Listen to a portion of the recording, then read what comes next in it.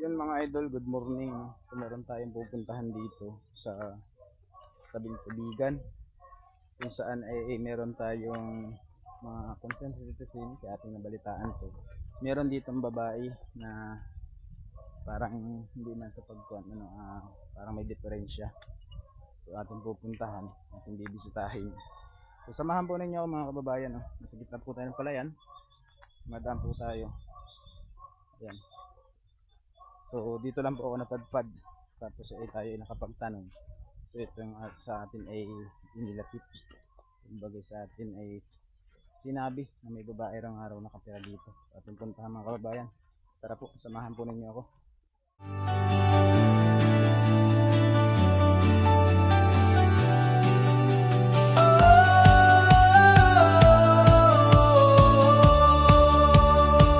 Sa bawat hakbang, kabutihan ang dala, tulong at pag-asa sa lahat ay ibinabahagi niya. Ngiting totoo, pag-ibig na wagas. JP Bentong TV, sa puso'y tapat. JP Bentong TV, pag-ibig ang alay sa bawat pamilya. Yan po yung bahay mga kababayan. So dito na po yan nagpipirmi. May bahay naman po siya na sarili yung sa kanyang mama. Pero mas dito na po siyang nagpipirmi, kumbaga ay umaalis. So yan. Te, magandang umaga. Tapo. Ito yung kanyang tinatambayan. Nasaan ang tao? Magandang umaga po. Ayan si ate. Hello te, kumusta po? Okay lang. So pong mahiya.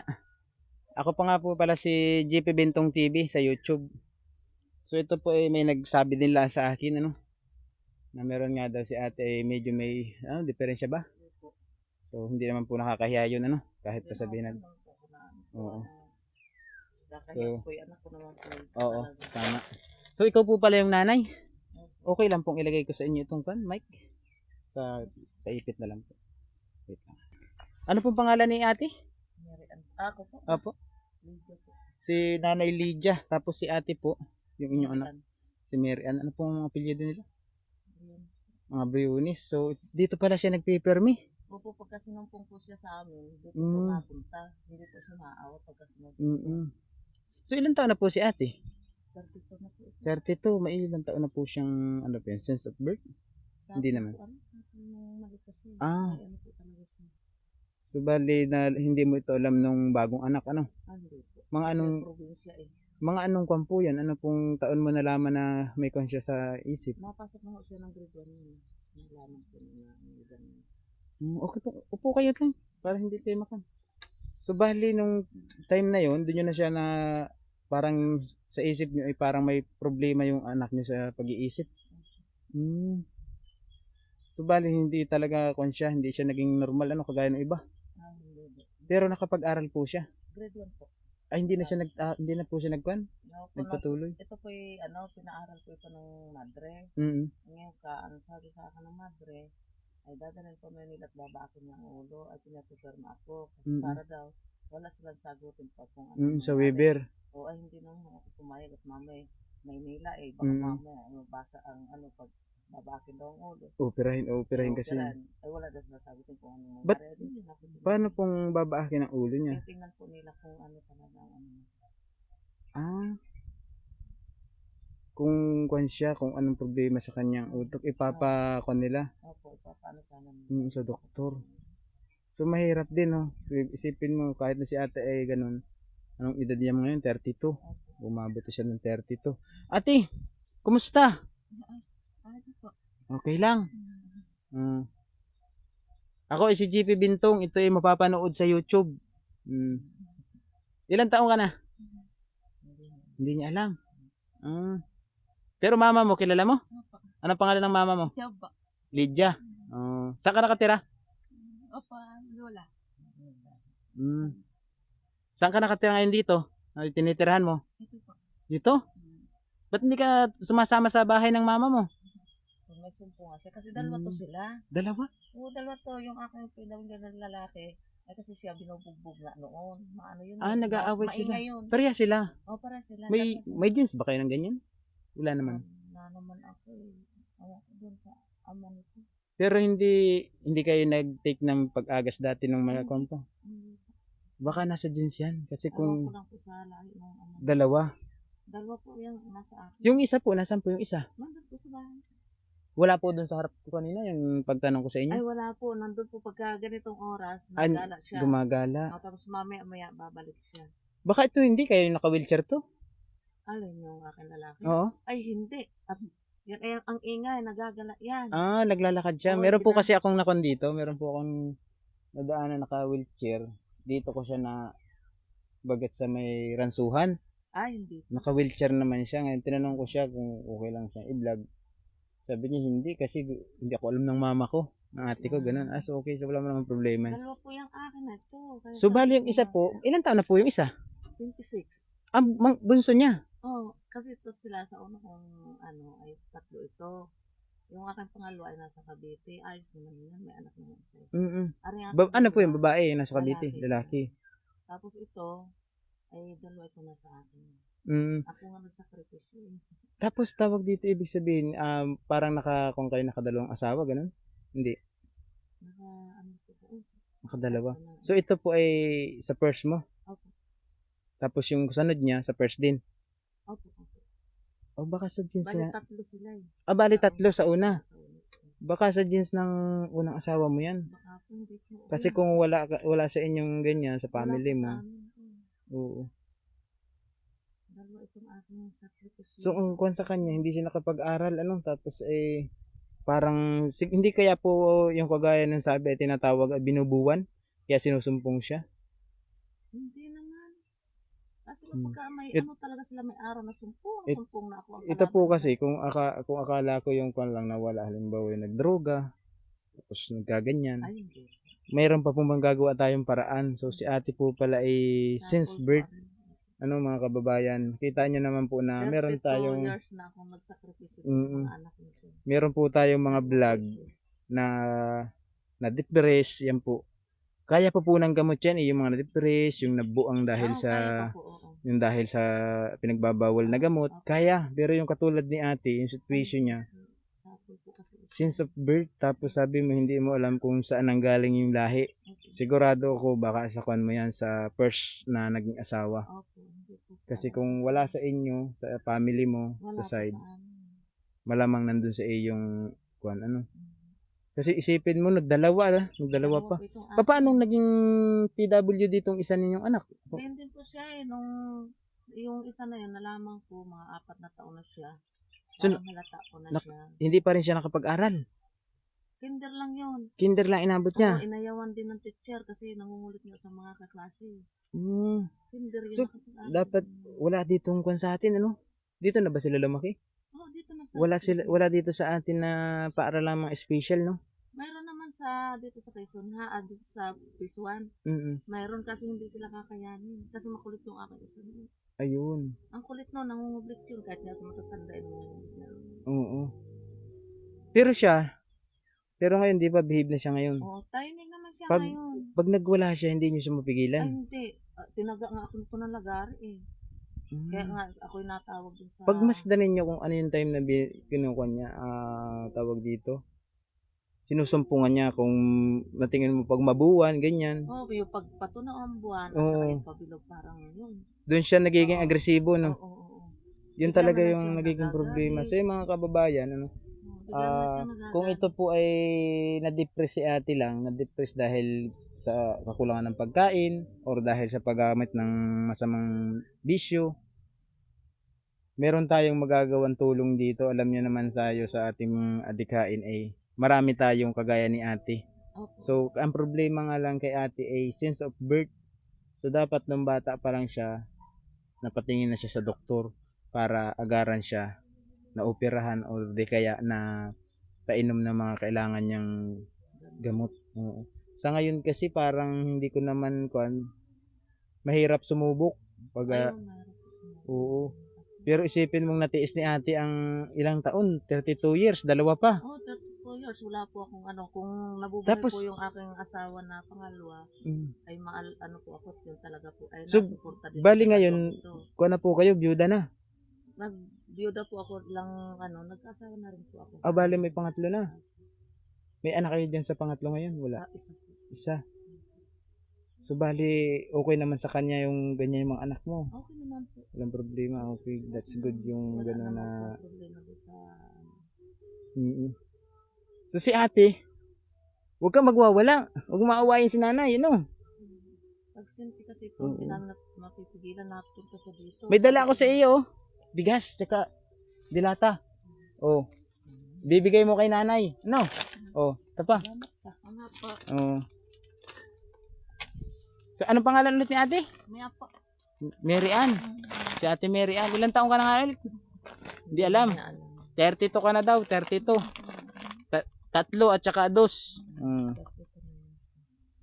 Bali si ate, ikaw po talaga ang tawag dito. Kumbaga ay nag-aruga sa kanila. May mga kapatid po silang normal sa una. Wala. Isa nga po. Yun yung nasa Maynila. Opo, yung nasa kabila. Tapos sa pangalawa, Ayun po ayun.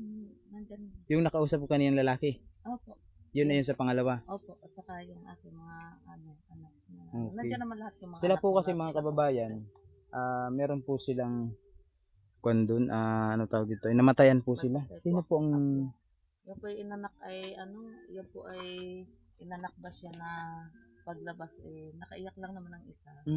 Ayun na. Hindi premature. Ano naman? Normal yung kanyang buwan pag anak. Oh, normal naman. Paano? Kaso lang, sa loob pala siya ng tiyan. Ayun na yung aking anak na pangalawang na ano. Sa loob Ay, pala oo. siya ng tiyan, may sakit na siya. Itong buwan pa lang may sakit na siya. Kaya, paglabas, may bingat na inorgasyon. Ina. Oo. Kasi So, ang nitong nakaraan lang. Nung agis lang. Oh, Kaya nga mamaya ang ano niya. libing. So, timing yung napuntahan ko dito. Timing yung mga kababayan. Wala tayong hawak na cash. Bibigyan sana natin sinda nanay. Namatayan po kasi sila ng apo daw. So, bali si ate talaga yung ating sadya dito kanina. So, yung mga dumaan po kanina mga kalalakihan, pinsang ko at saka barkada. Si Ipe. Oo. Sila po yung nagsabi sa akin dito na meron daw babaeng nagpipirmi dito. So ito po pala mga kababayan, hindi po pinakabahay niya. Kumbaga ito yung bahay na to ay yung tinatakbuhan niya tuwing nagwawala daw tapos hindi ninda nanay mapigilan. Hindi. O kumbaga itong kubo na to ay kubo ito nung pag nagpapalayan. Ayan o. Opo. Ito po kasi ipalayan. Taniman namin ito ng gulay. Kaya kami Bali, magkukulit. kayo na pong palayan tong Kay ano po, Berhelia Tenorio po ito. hindi sa inyo. Hindi po. Pero hindi rin kayo nagpapalay, nagtatanim. Hindi po. Okay. Ano lang po kami katulong po kami.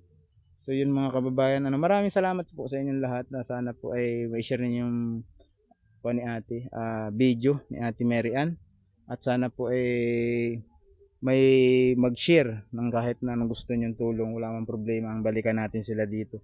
So sa susunod siguro mga kababayan, baka ma-invite din natin yung isang lalaki sa pagbalik natin. Kasi meron po itong isa pa na dalawa raw po sila na PWD.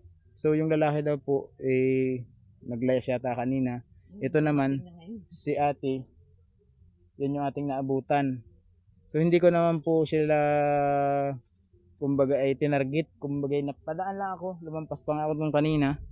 Pagdating doon, tinuro lang sa akin ng aking mga amigo, ng mga barkada, papunta rito. Sabi nila meron ditong babae na nakatira dito sa kubo na to. So sabi nga ni nanay, hindi naman po siya rito lehitimong nakatira. Pero napansin ko, nandito yung mga damit ni ate, hinahakot niya. Lumayas nga siya. Dala-dala nga niya. Babalik ka na doon. Ano? Kasi dito wala kang tubig. Wala nga. Wala kang lutuan. Ayun Oo. naman po pagka Tapos dito, may wakwak dito. Alam mo yung wakwak? Alam mo ba ang wakwak? Kung ano yung wakwak? Mumo, aswang. Kakainin ka nun kasi butas ang bintana mo. Bintana ba yan? Aircon. Yan ang ding-ding lang ng Oo. namin kasi pahingahan to namin nung Oo. may gulayan din. So, yun ate, maraming salamat po ulit sa inyong pagpa-interview. So, yan po mga kababayan, yung ating dalang bigas at saka noodles ay galing po sa ating sponsor na si Ma'am Tintin at si Idol Danicoy Makasait na maraming salamat sa inyong pag-alalay sa ating mga ganitong advokasya. So meron na naman tayo nabigyan na bagong pamilya. At kay Nanay Lydia. Kay Nanay Lydia, maraming salamat po. Siya na po yung nanay nung bata ni Ate Mary Ann. So dalawa po yan mga kababayan. Sa susunod siguro nating pagbalik, baka pwede nating ma-interview silang dalawa. Ano? So asahan po ninyo nanay, babalik ako rito susunod. Sa ngayon hindi ko muna kayo abalahin dahil meron po kayong patay. Oo, may patay po sa kanila. Humingi lang akong konting oras para ma-interview natin. So maraming salamat ulit nay. Ano? Thank you po.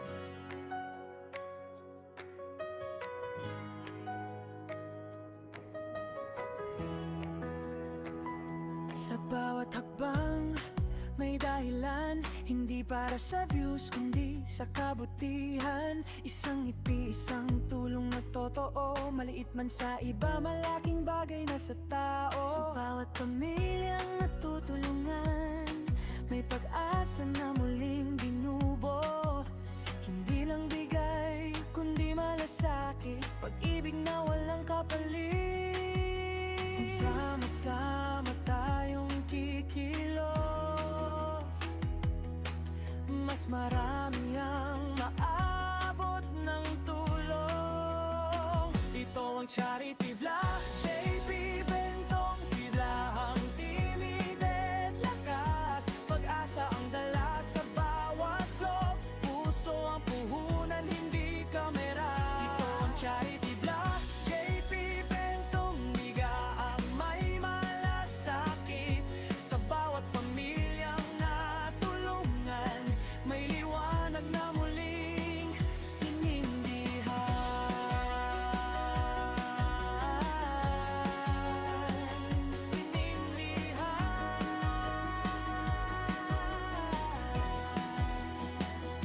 Sa pagod sa ulan, sa init ng araw, hindi hadlang, basta may pusong tanaw. Sa bawat yakap, sa bawat salamat, mas tumitibay ang dahilan kung bakit hindi kami perpekto, pero ang hangarin ay totoo. Kung may natulungan kahit isa, sulit na ang lahat ng pagod at luha.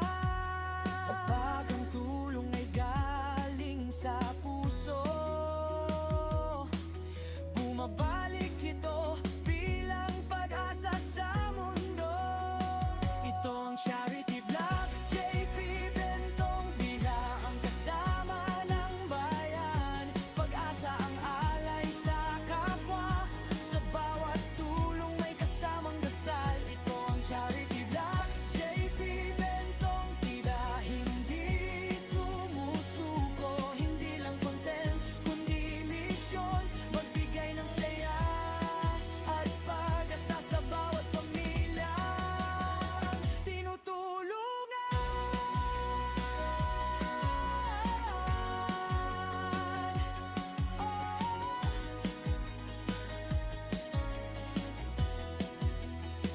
Ito ang charity vlog, JP Bentong Bigaang tinig at lakas, pag-asa ang dala sa bawat vlog, puso ang puhunan, hindi kamera. Ito ang charity vlog, JP Bentong Bigaang may malasakit, sa bawat pamilyang natulungan, may liwanag na muling sinindihan.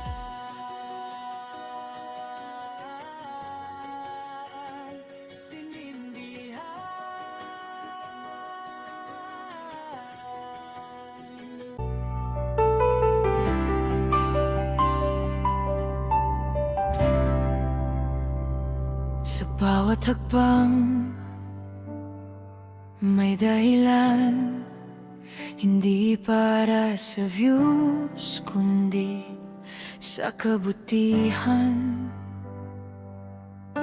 Isang ngiti, isang tulong na totoo, maliit man sa iba, malaking bagay na sa tao. Sa bawat pamilyang natutulungan,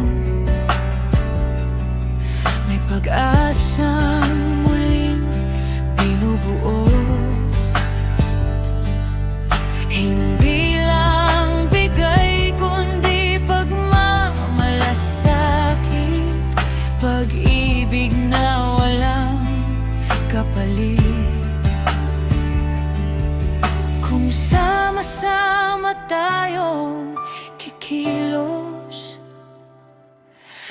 mas marami ang maabot ng tulong. Ito ang Charity Vlog, pag-asa ang dala sa bawat vlog. Sa simpleng tulong at tunay na saya, puso ang puhunan, hindi kamera.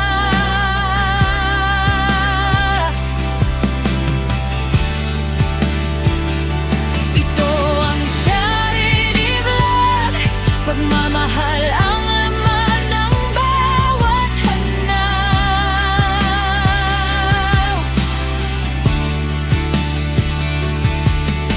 Sa bawat pamilyang natulungan, may liwanag na muling sinindihan.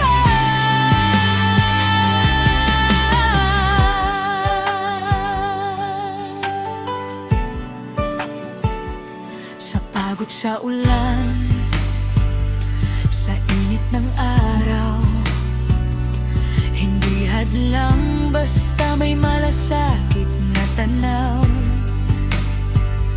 Sa bawat yakap, sa bawat salamat, lalong tumitibay ang dahilan kung bakit hindi kami perpekto, pero ang hangarin ay totoo. Kung may natulungan kahit isa, sulit na ang lahat ng pagod at luha.